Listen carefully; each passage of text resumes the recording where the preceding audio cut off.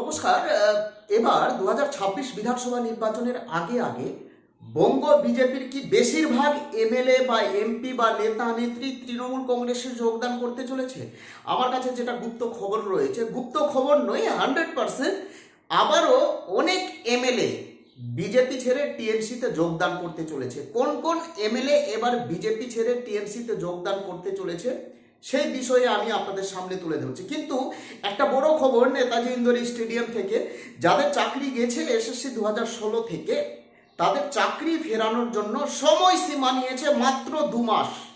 অর্থাৎ 2 মাসের মধ্যে এই 26,000 চাকরি হারা প্রার্থীরা, শিক্ষক কর্মী হোক বা অশিক্ষক কর্মী হোক, তারা কিন্তু আবার চাকরি ফিরে পাবে, এই ধরনের আশ্বাস দিয়েছে রাজ্যের মুখ্যমন্ত্রী মমতা ব্যানার্জি নেতাজি ইন্ডোর স্টেডিয়ামে। আপনারা প্রত্যেকে দেখেছেন। কিন্তু আমার একটা বড় প্রশ্ন হচ্ছে, যে বিষয়টি সুপ্রিম কোর্টে চলছে বা আবার রিভিউ পিটিশন দাখিল করা হবে, রিভিউ পিটিশন খারিজ হলে আবার পুনরায় রিভিউ পিটিশন দাখিল করা হবে। সেই রিভিউ পিটিশন যদিও খারিজ করা হয় তাহলে রাষ্ট্রপতির কাছে দ্বারস্থ হবে, প্রধানমন্ত্রীর কাছে দ্বারস্থ হবে এবং মানবিকতার দৃষ্টিভঙ্গি দিয়ে, অর্থাৎ মানবিক দৃষ্টিভঙ্গি দিয়ে আবার রিভিউ পিটিশন করা হবে সুপ্রিম কোর্টে। তো এই ধরনের প্রসেস চলতে থাকবে, ইট উইল বি কন্টিনিউ। যেভাবে চুরি বা দুর্নীতি হয়েছে, তাহলে 2 মাসের মধ্যে কিভাবে তারা চাকরি ফিরে পাবে? 100% কি চাকরি ফিরে পাবে? নাও পেতে পারে, পেতেও পারে, নাও পেতে পারে। আমি মানলাম যে হ্যাঁ, 80% চান্স রয়েছে যে চাকরি ফিরে পাবে, কিন্তু 2 মাসের মধ্যে চাকরি নাও ফিরে পেতে পারে। একটা মামলার বিষয়, সুপ্রিম কোর্টের বিষয়, দেশের সর্বোচ্চ আদালতের বিষয়, এই মামলা তো চলতে থাকবে। তাহলে 2 মাসের মধ্যে একটা সময় সীমা বেঁধে দিয়েছে মুখ্যমন্ত্রী। জানি না, আমি একটা ভিডিওতে বলেছিলাম যে তাদের কিছু টাকার বিনিময়ে প্যারা টিচার হোক বা সিভিক টিচার হোক বা পার্ট টাইম টিচার হোক বা ওন ফান্ড থেকে টাকার বিনিময়ে তাদেরকে আবার স্কুলে পুনরায় কাজে যোগ দেওয়ার জন্য একটা নির্দেশ দেবে। আমার ভিডিও দেখে নেবেন।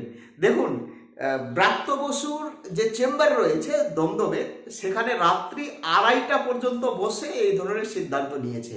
এবং আজকে মুখ্যমন্ত্রী বলেছে যে আপনাদের কাছে তো নোটিফিকেশন আসেনি যে আপনাদের চাকরি খারিজ হয়েছে, নোটিফিকেশন আসেনি, আপনারা পারলে কাজে যোগদান করতে পারেন মানবিকতার খাতিরে। অর্থাৎ টোটাল শিক্ষা ব্যবস্থাকে টিকিয়ে রাখার জন্য আপনারা চাইলে স্বইচ্ছায় কাজে যোগদান করতে পারেন। অর্থাৎ যাদের চাকরি গেছে তারা আবার পুনরায় স্কুলে আসবে, পড়াশোনা করাবে বাচ্চাদের, এবং যারা ক্লার্কশিপের কাজ করছিল তারাও কাজে যোগদান করতে পারে। এই ধরনের একটা আদেশ বলবো না, এই ধরনের একটা বক্তব্য রেখেছেন 26,000 চাকরিহারা প্রার্থীদের সামনে মুখ্যমন্ত্রী। কিন্তু যারা ভেতরে প্রবেশ করেছে তারা কি স্বচ্ছ? এবং যারা ভেতরে প্রবেশ করতে পারেনি তারা কেন প্রবেশ করতে পারেনি? আমি সেই বিষয়ে যাচ্ছি না, আমি মূল বিষয়ে আসছি যে বিজেপির কোন কোন এমএলএ এবার টিএমসিতে যোগদান করতে চলেছে।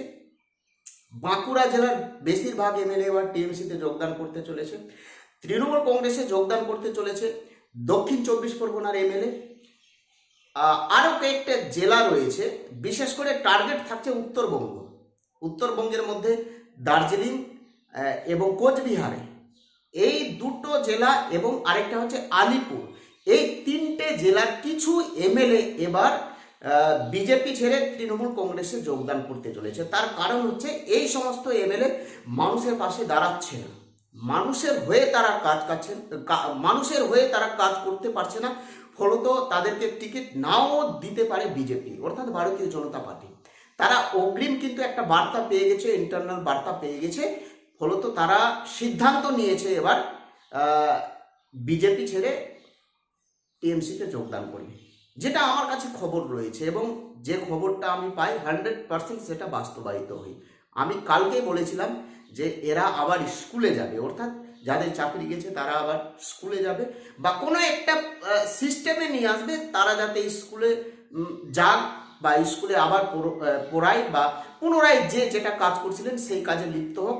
কোনো একটা ব্যবস্থার মধ্যে মুখ্যমন্ত্রী নিয়ে আসবে বা শিক্ষামন্ত্রী বা রাজ্য সরকার নিয়ে আসবে এবং কিছু অর্থ দেওয়া হবে। যাই হোক, অর্থের বিষয়টা একটা গুপ্ত থাকলো, সেটা মুখ্যমন্ত্রী বলেই দিয়েছে, কি করবে না করবে সেটা পরে জানাবে। কিন্তু তারা যে এবারে স্কুলমুখী হচ্ছে এই বিষয়টা একেবারে স্পষ্ট হয়ে গেছে। বলা যেতে পারে আপনাদেরকে একটা ললিপপ খাইয়ে দিয়েছে। আর বলেছে যে রাজ্য সরকারের পক্ষ থেকে থাকবে কপিল সিব্বল, মনু সিংভি। আরে ভাই, এই সমস্ত লয়ার ছিল এর আগে, প্রায় 25 থেকে 26 বার শুনানি হয়েছে এসএসসি 2016 26,000 চাকরি বাতিল নিয়ে। অনেক তথ্য আমাদের কাছে রয়েছে। আগামী কয়েকদিনে কি হতে চলেছে, যারা চাকরি পায়নি ওয়েটিং লিস্টে রয়েছে, বঞ্চিত রয়েছে, যারা অনেক মার্কস পেয়ে যারা চাকরি পায়নি, এবার দেখুন কি খেলা হচ্ছে। প্রত্যেকে ভালো থাকবেন, সুস্থ থাকবেন। 2026 বিধানসভা নির্বাচনের আগে আগে বঙ্গ বিজেপিতে একটা বড় ফাটল বলা যেতে পারে। নতুন হয়ে থাকলে চ্যানেলটিকে সাবস্ক্রাইব করে দেবেন।